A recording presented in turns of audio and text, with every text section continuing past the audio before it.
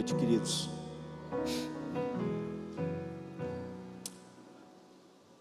Quarta-feira, na noite da bênção, teve uma palavra tão linda, ministrada pelo pastor Jorge, e ele falou que naquele dia tinha muitas pessoas tristes naquela noite, e o Senhor trabalhou os corações, e foi maravilhoso o que o Senhor fez. E o Senhor continuou falando comigo nessa semana. Vamos orar? Pai, fala conosco neste momento, que por sua misericórdia, graça, diante de seres tão insignificantes e pequenos, possamos, tateando, entender algo maior, que é a tua revelação. Faz isso, Senhor, por isso proclamamos liberdade do teu Santo Espírito. Nós oramos, te pedimos um nome que é sobre todo nome, no nome de Jesus. Amém? Amém. Por isso não tema, pois estou com você. Não tenha medo, pois sou o seu Deus. Eu o fortalecerei e o ajudarei. Eu o segurarei com a minha mão direita vitoriosa. Mas aquele que espera no Senhor renova as suas forças, voam bem alto como águias, correm e não ficam exaustos, andam e não cansam. Quando você atravessar as águas, eu estarei com você, e quando você atravessar os rios, eles não o encobrirão. Quando você andar através do fogo, você não se queimará, as chamas não o deixarão em brasas. Promessas. Todos os versículos que falei são promessas que estão no livro de Isaías. E nós poderíamos achar muitas outras promessas na palavra de Deus. Mas onde está Deus na minha dor?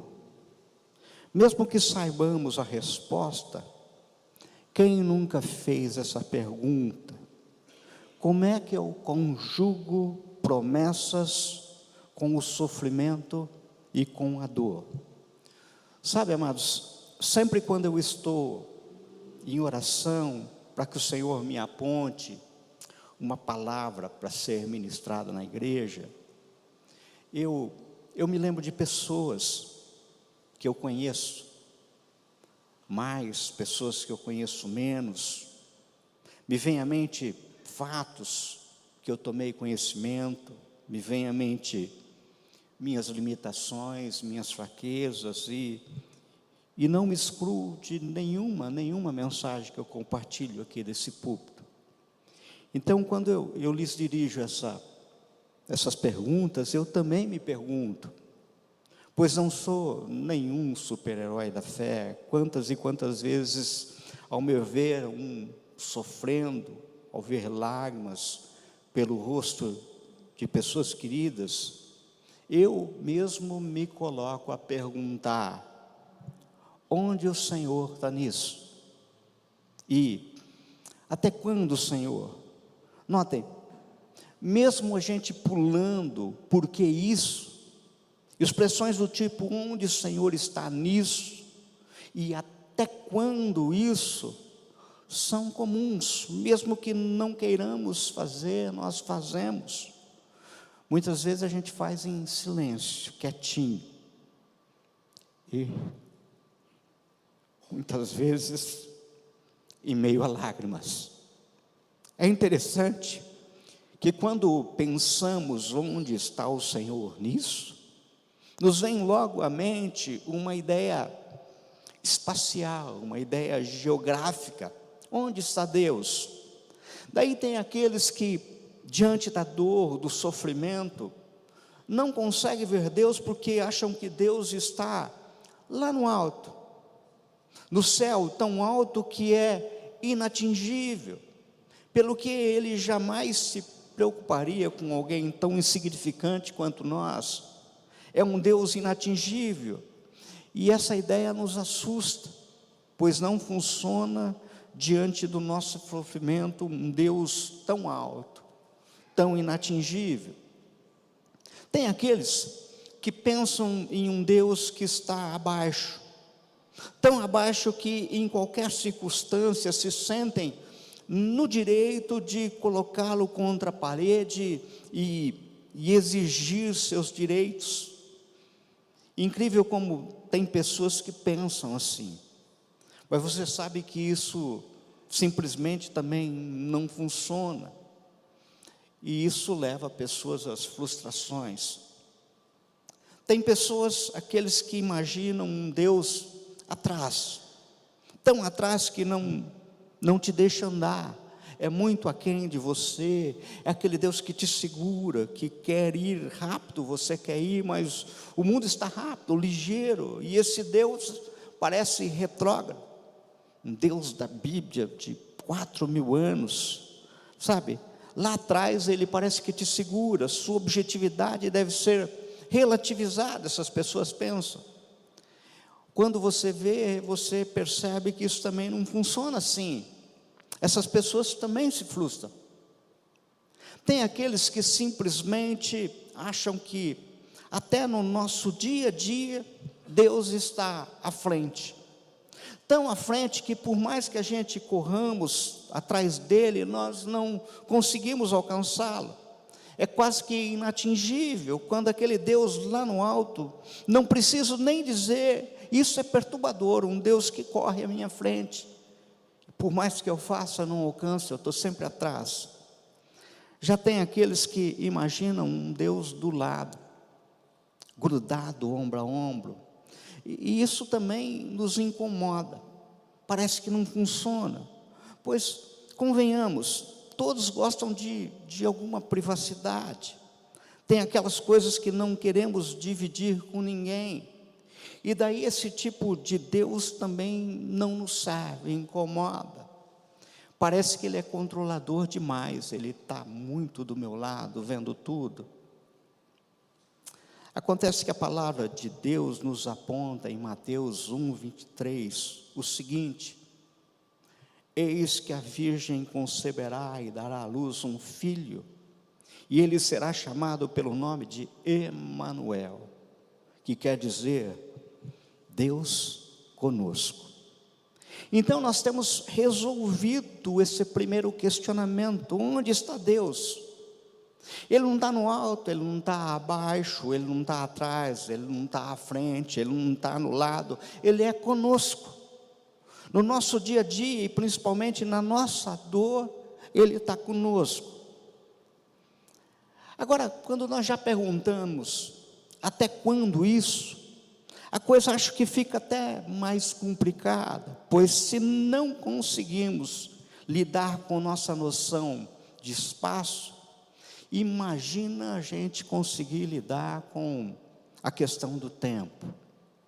Jeremias, no livro de Lamentações, em seu capítulo 3, verso 22 e 23, nos aponta o seguinte: graça ao grande amor do Senhor e que não somos consumidos, pois as suas misericórdias são inesgotáveis, renovam-se a cada manhã, grande é a tua fidelidade.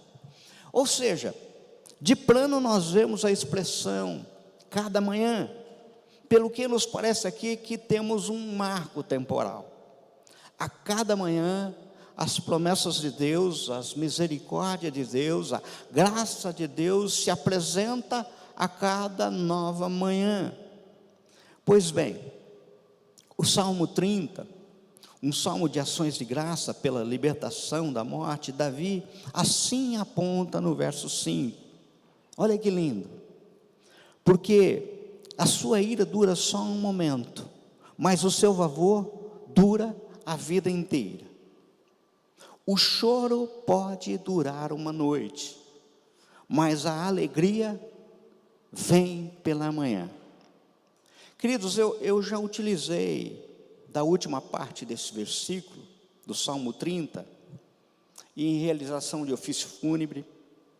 Eu já li muitos autores e ouvi muitas pregações que traziam como base, como pano de fundo, justamente essa expressão: o choro pode durar uma noite, mas a alegria vem pela manhã. Mas aí deixa eu provocar um pouquinho a sua mente. Você, quando está em sofrimento, lhe sobrevém dor, nunca pensou: o que é que eu fiz? O que eu fiz para merecer isso, meu Deus? Eu tenho certeza que sim, sinceramente, eu não acredito que isso seja as coisas só da minha mente, só dos meus pensamentos. Ou seja, sempre que atravessamos uma tribulação, sempre que estivermos passando um momento difícil, nos virá uma pergunta lá no fundo na nossa mente: o que eu fiz de errado para acontecer isso?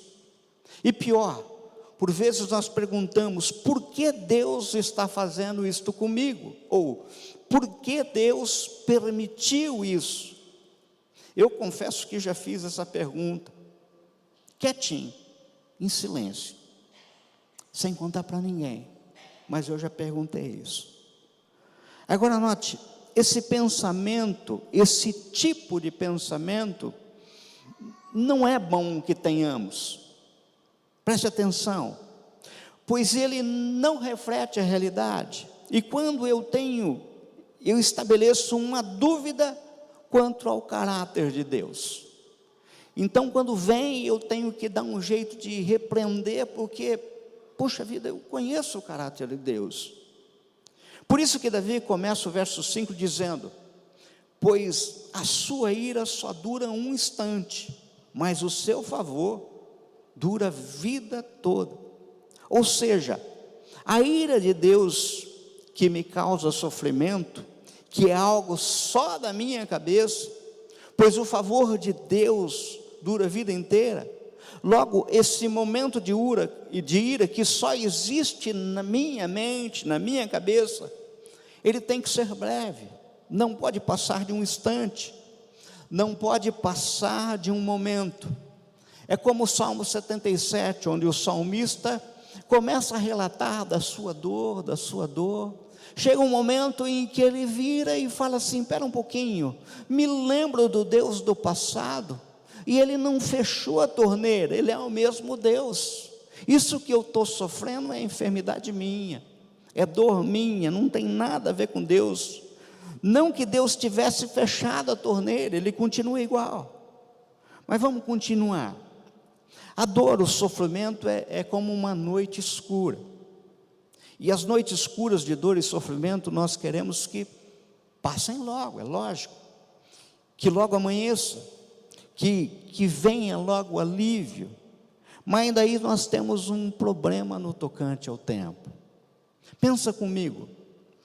Em relação ao espaço geográfico, nós estabelecemos coordenadas, rumos, alturas, altitude, distâncias, medidas, centímetro, pés, metro, quilômetro, milha, e olha que até misturamos esses padrões com o tempo, falamos em tantos anos-luz de distância.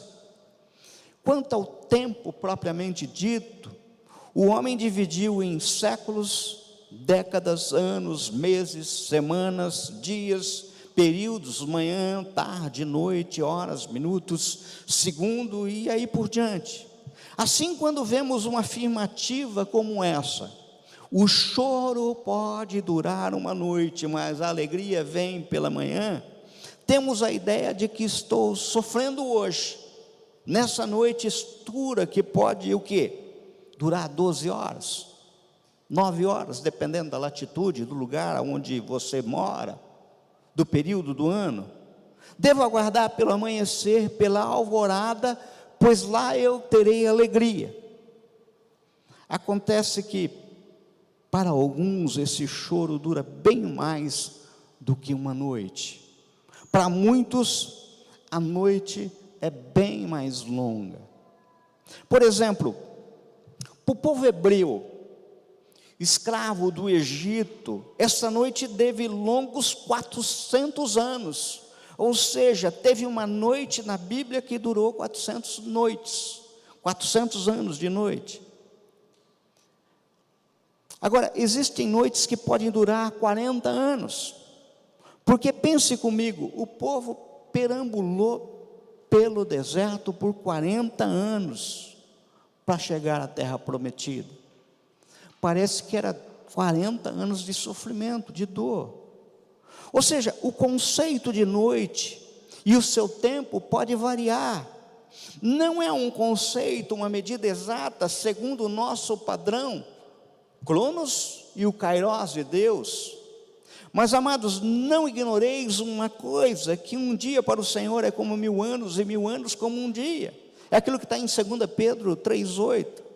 Querido, querida, pense em você. Quantos anos durou o teu choro? Aquele momento difícil pelo qual você passou, a tua noite. Ou, quantos tempo já dura a tua noite? Você entrou aqui hoje, se noite tem ligação com o sofrimento, quanto tempo já dura a tua noite?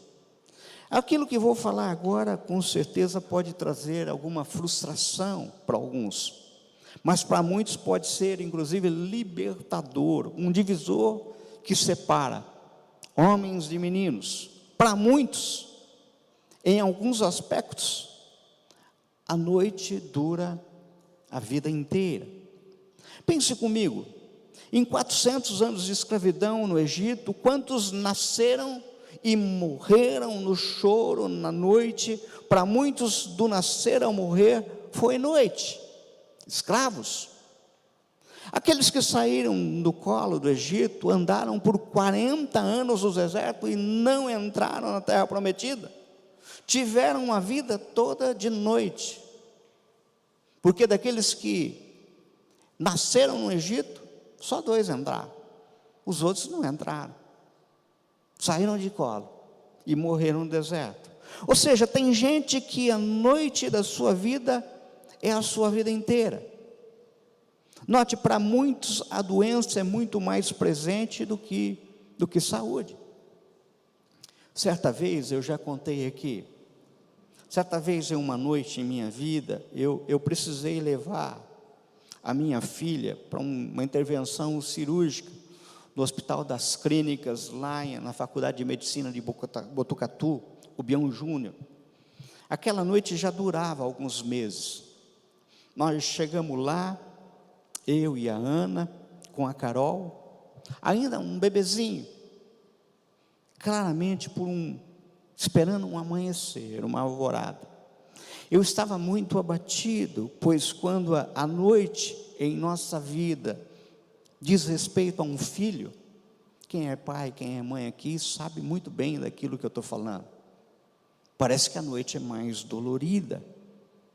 Foi quando eu fui surpreendido por um casal de Itatinga, no caso, o homem, observando a minha dor e a dor da Ana, ele se aproximou de mim, deu um tapinha nas costas, falou: calma, tudo vai ficar bem. Me convidou para ir na sua casa para tomar um banho, sabe, descansar. Falou para eu não me preocupar, que tudo daria certo. Eu agradeci, falei que estava bem, e no meio de nossa conversa, eu fiquei sabendo que eles estavam, pai e mãe, se revezando para cuidar da sua filha de 4 anos, que por suas condições de enfermidade, nunca havia saído do hospital. Uma noite que já durava 4 anos. Eu não sei nem dizer para vocês o que eu senti naquele momento.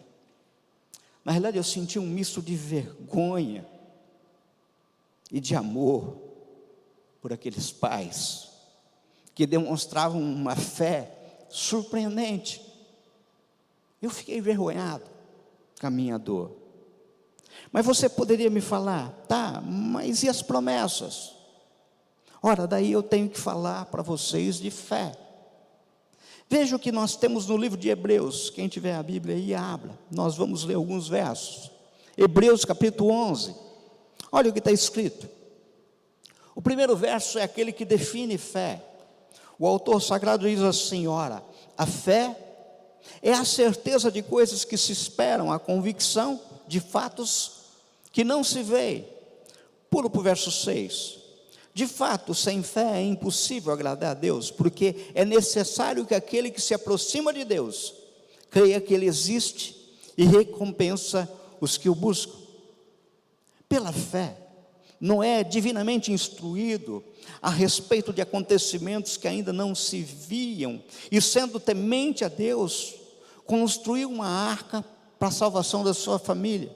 Assim, ele condenou o mundo e se tornou herdeiro da justiça que vem da fé.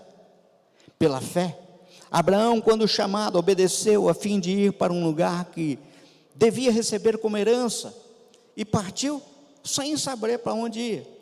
Pela fé, peregrinou na terra da promessa como em terra alheia, habitando em tendas com Isaac e Jacó, herdeiros com ele da mesma promessa. Porque Abraão aguardava a cidade que tem fundamento, da qual Deus é o arquiteto e construtor. Pela fé, também a própria Sara, apesar de não poder ter filhos e já ser idosa, recebeu poder para ser mãe, pois considerou fiel aquele que lhe havia feito a promessa. Por isso, também de um só homem, praticamente morto, saiu uma posteridade tão numerosa como as estrelas do céu e inumerável como a areia que está na praia do mar. Verso 13. Todos estes morreram na fé. Não obtiveram as promessas, mas viram-nas de longe e se alegraram com elas, confessando que eram estrangeiros e peregrinos na terra. Queridos, vocês prestaram atenção naquilo que acabamos de ler? Capítulo 11 de Hebreus não só define fé, como nos aponta exemplos de fé. Nos fala daquele que viveram pela fé. Verso 13, olha: todos estes morreram na fé, não obtiveram as promessas, mas viram-nas de longe e se alegraram com elas. Olhem para mim, preste atenção, entendam. Existem pessoas que atravessam noites mais longas, e que a maior parte da vida parece que é de noite. Para alguns, a vida toda se dá à noite. Vocês estão chocados com isso que eu estou falando, né? Porque choca. Preste atenção. Existem pessoas que parece que só conseguem ver amanhecer de longe. Observem que eu disse parece, porque na realidade a noite de choro não tem a ver com um período de tempo ou uma vida biológica. O amanhecer de alegria tem tudo a ver com um plano eterno ligado à minha fé e a capacidade de, em obediência, alegrar-me. Complicou? Deixa eu tentar explicar. Eu conheço muita mãe, muito pai, conheço muito avô, que passou uma noite longa de choro pelo seu filho, pelo seu neto, uma noite que durou a vida toda. E hoje o pai, a mãe, a avó não está mais aqui, mas este filho, este neto, é um amanhecer de alegria. O pai, a mãe, a avó não viram, mas pela fé contemplaram de longe e se alegraram muito, sabe? Eu lembro que nos meus bate-papos com a irmã Chiquinha, eu sei que muitos que estão aqui já a conheceram. Ela me falava das promessas de um amanhecer de alegria, que em suas noites longas ela não via pelos olhos carnais, mas disse que ela podia ver pelos olhos espirituais. Eu orei com ela para ver o Pedrão, que canta no louvor e compõe músicas de adoração para o Senhor. Eu orei. Não existia, mas ela já via, ela já se alegrava com isso.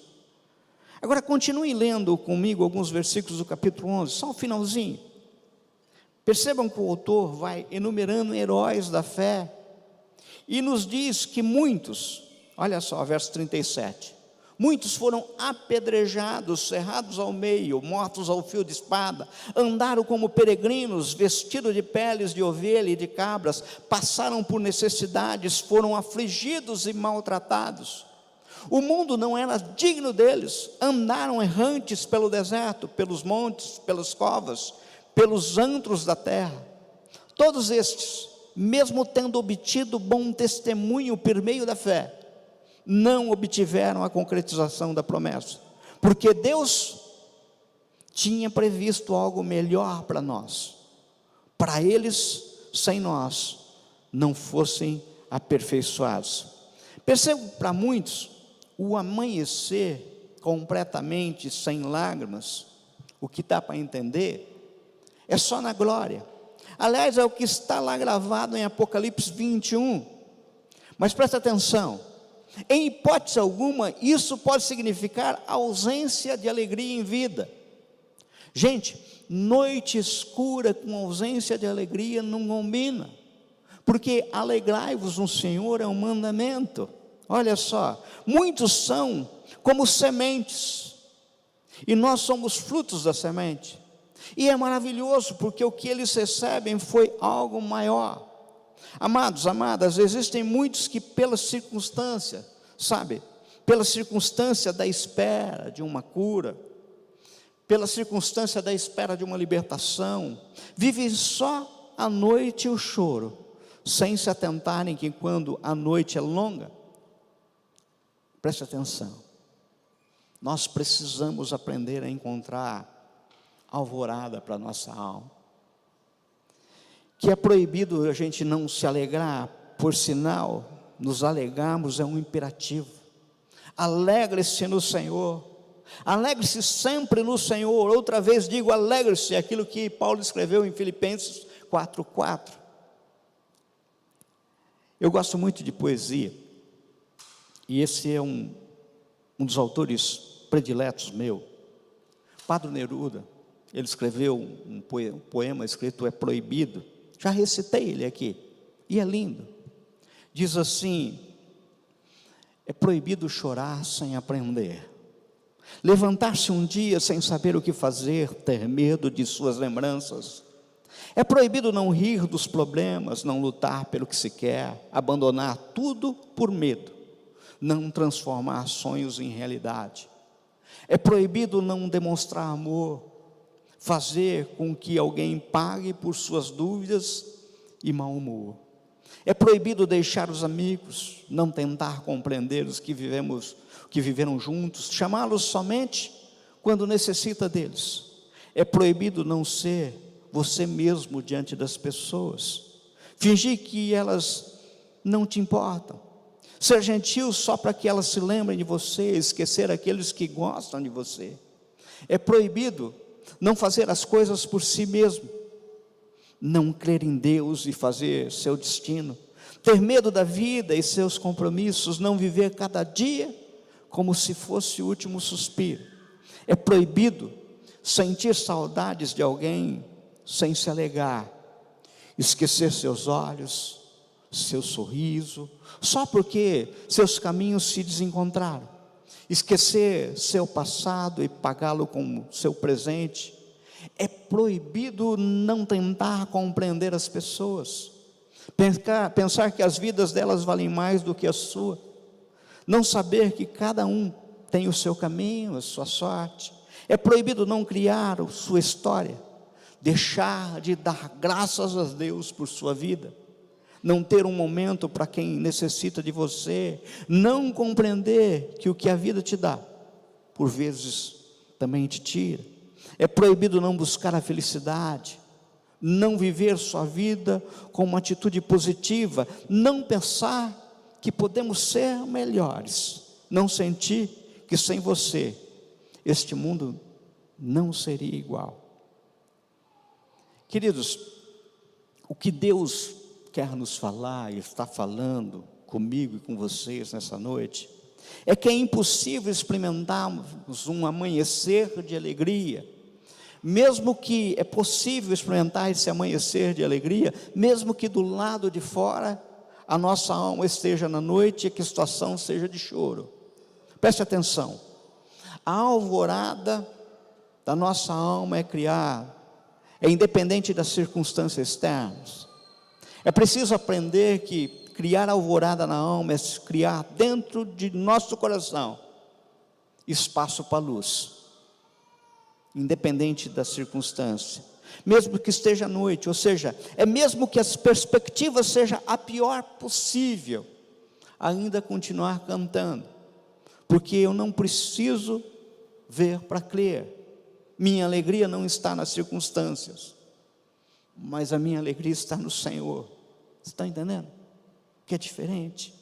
Promessa de Deus e realidade, fato, é a mesma coisa. Daí a alvorada vem na minha alma, mesmo que seja noite escura, simplesmente porque há uma promessa. Aqueles que semeiam com lágrimas, com cantos de alegria, com orelhão, é aquele que está em Salmo 126, 5.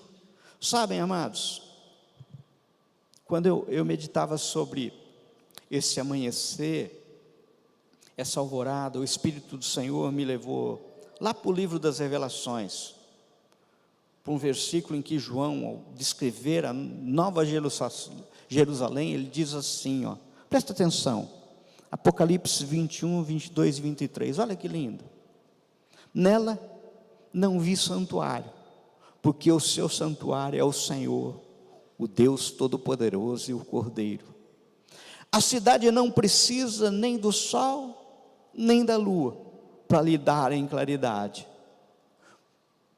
pois a glória de Deus a iluminou, e o Cordeiro é a sua lâmpada. Vocês entenderam a profundidade dessa declaração? Que alicerce mais firme, verdadeira rocha. Se eu estou com o Senhor, se o Senhor está comigo, a luz, a amanhecer, nada mais importa, aleluia. Não importa as circunstâncias lá fora, não importa aquilo que muitas vezes está me afligindo, eu me apego à circunstância, porque o Senhor me basta. Entenda, querido, o meu objetivo, o nosso objetivo, não é um lugar, é uma pessoa, Cristo Jesus. Não é um lugar a ser alcançado, um destino a ser caminhado. Filipenses 3, 13 e 14. Esquecendo-me das coisas que ficam para trás e avançando para os que estão diante de mim, prossigo para o alvo, para o prêmio da soberana vocação de Deus em Cristo Jesus. Quando eu ler esses versículos, mesmo sozinho em meu escritório, eu me pego chorando de gratidão. E daí a minha alma, ao mesmo tempo que aquieta em relação a mim, se inquieta em relação às pessoas que estão perto de mim, e eu vejo sofrendo, eu vejo lágrimas. Mas até nesse momento o Senhor me remete às Escrituras. Mateus capítulo 5, verso 13 a 16, acompanhem comigo. Diz assim: vocês são o sal da terra. Ora, se o sal vier a ser insípido, como lhe restaurar o sabor? Para nada mais presta senão para, lançado fora, ser pisado pelos homens. Vocês são a luz do mundo. Não se pode esconder uma cidade situada no alto de um monte, nem se acende uma lamparina para colocá-la debaixo do cesto, mas num lugar adequado, onde ilumina bem todos os que estão na casa. Assim, brilhe também a luz de vocês diante dos outros, para que vejam as boas obras que vocês fazem e glorifiquem o Pai de vocês, que está nos céus. Queridos, guarde isso em seus corações. Nas noites há estrelas. O quanto mais escura foi a noite, mais pequenas estrelas conseguem manifestar o seu brilho. Daí eu fico pensando, pensar não é pecado. Eu fico pensando, imaginando que aqueles que não conseguem contemplar amanhecer, aqueles que não conseguem contemplar a alvorada, aqueles que estão sofrendo, que estão chorando, que estão presos em noites escuras, eles precisam ao menos de algumas estrelinhas. E o que eu mais queria ser é uma estrelinha que, sabe, que não tem luz própria, mas que pode refletir a cruz e a luz de Cristo na vida das pessoas. E quanto mais escura for a noite, mais o brilho de Cristo pode ser visto. Você só tem que se posicionar em Senhor e brilhar. Eu vou concluir. Bem, aqueles que me conhecem sabem que eu sou muito chorão, me emociono fácil. Digo que choro assistindo propaganda de sabão em pó, sabe? Aquelas coisas assim, terrível. Eu preciso não dizer muito isso. Quando eu vejo aqueles propagandas dos Médicos Sem Fronteira, propaganda, eu me emociono, me embarga, meus olhos ficam marejados.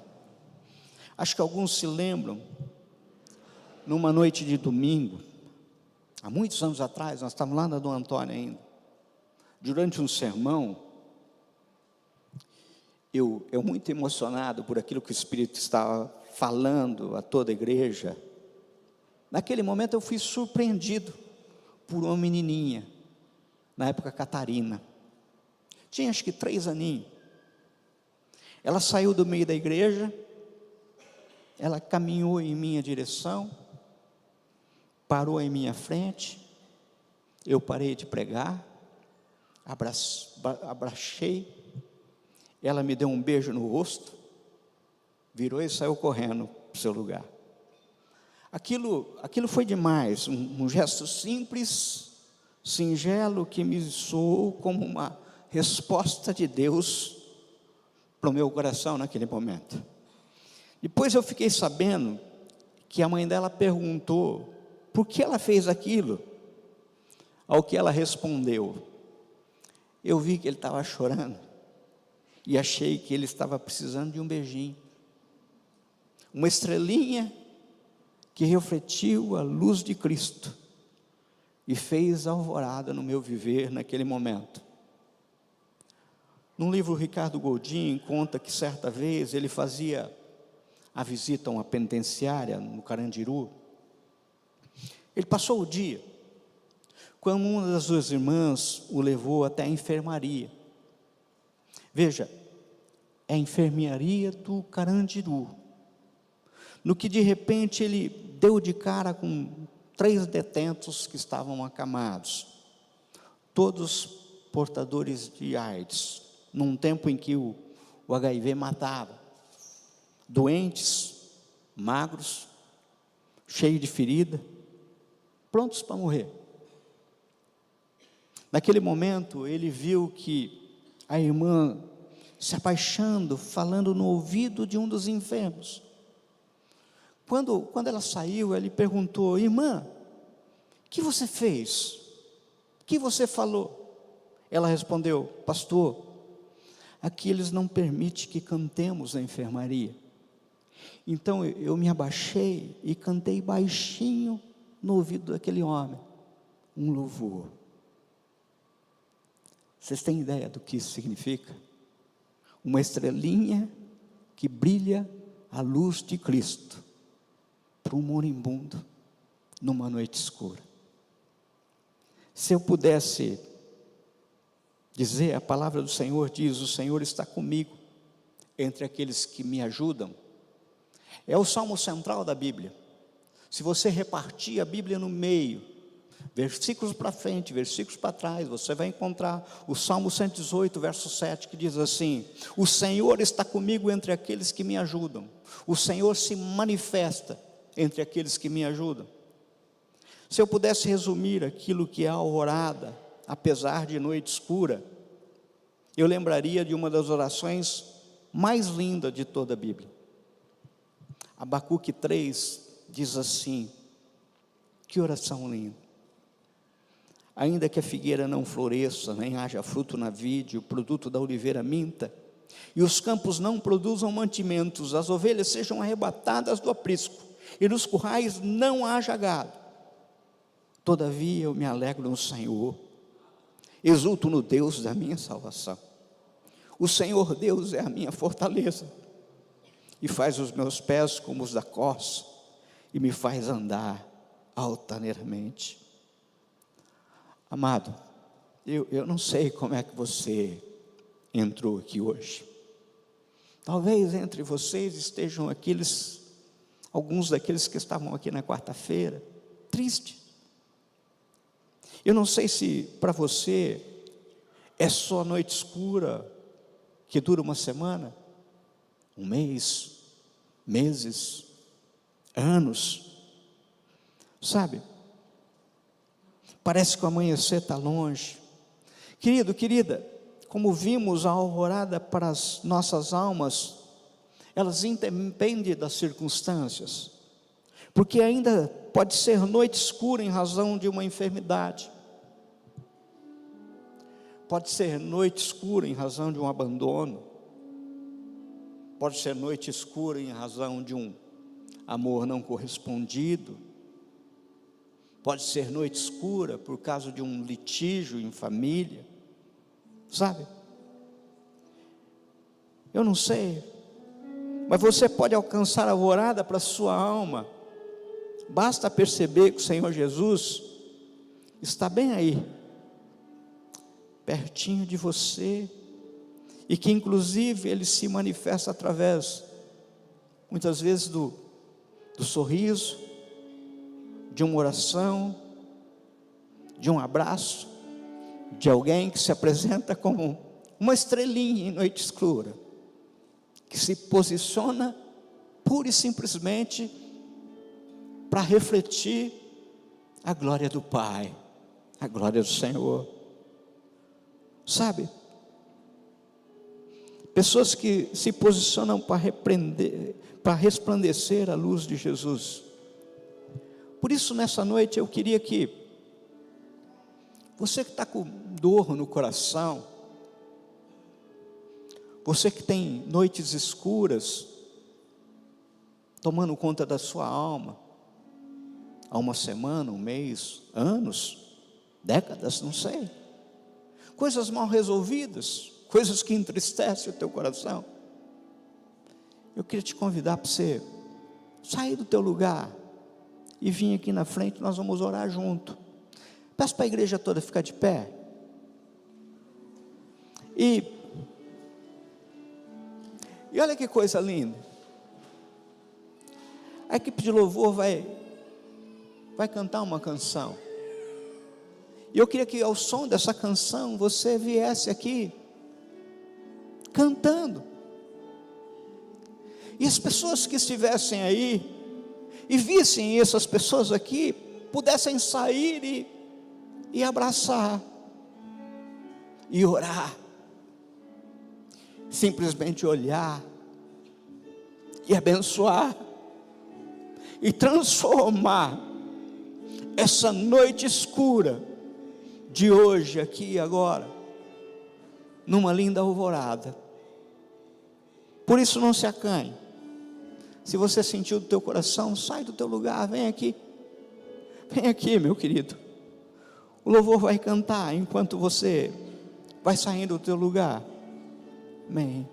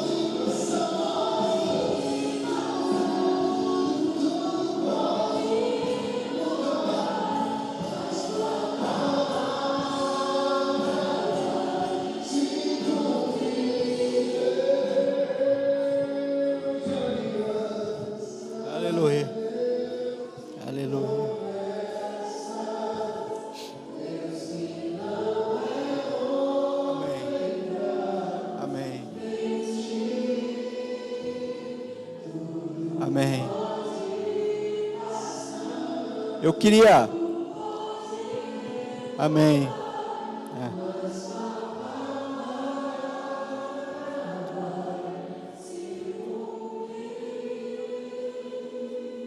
Queridos, tem pessoas aqui que estão precisando de um abraço. Sai aí de trás, vem aqui, vem orar, vem mostrar o teu carinho, teu amor. Mostrem, se apresentem como estrelas, estrelas que sabem que não tem brilho próprio, mas que podem refletir a glória do Senhor. E que a gente possa transformar essa noite numa alvorada, alvorada da alma, alvorada da alma. Pai, obrigado porque o Senhor é o amanhecer e alegria em noite escura. Que bom saber que as circunstâncias não são impedimento ao teu brilho, e que podemos ser instrumentos para levar a tua luz e ajudar a fazer alvorada em noites escuras daqueles que choram. Por isso, que o Seu Santo Espírito se manifeste em nossas vidas, para o louvor da Tua glória, para que todos aqui, Senhor, Te conheçam, que todos, Senhor, meu Pai, sintam-se acalmados, tranquilizados, por um Deus que manifesta, não importando as circunstâncias. Por isso, Senhor, meu Pai, recebe no Teu trono, Senhor, a nossa gratidão, e derrama sobre nós, Senhor, meu Pai, a alvorada, amanhecer para nossa alma. Que o Santo Espírito se manifeste em nossa vida, para o louvor da Tua glória, para que todos Te conheçam. É o que Te pedimos, no nome que é sobre todo o nome, no nome de Jesus, no nome de Jesus, amém. Ao Senhor toda a honra, toda a glória, todo louvor. Ao Senhor Jesus toda a honra, toda a glória e todo louvor. A Ele o que Ele merece. Uma grande salva de palmas do Senhor Jesus, aleluia. Podem voltar para os seus lugares, aleluia.